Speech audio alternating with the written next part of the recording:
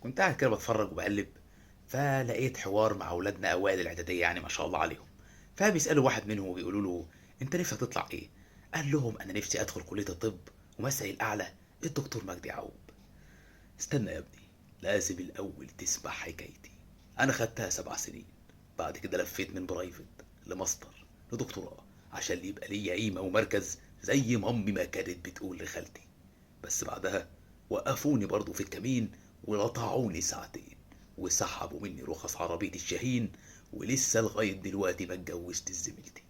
طيب، واحد تاني بيسألوه: وانت بقى نفسك تطلع ايه؟ فقال لهم: والله انا نفسي اخش كلية الصيدلة، واخترع ادوية وعالج جميع الامراض. يا سلام!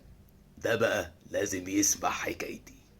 انت هتشتغل مندوب، هتاخدها من دمنهور للمنصورة للقناطر، هتحرق في اللاين وتحرق في زمايلك، وتعزم الدكاترة في الملك فاروق وصبحي كابر.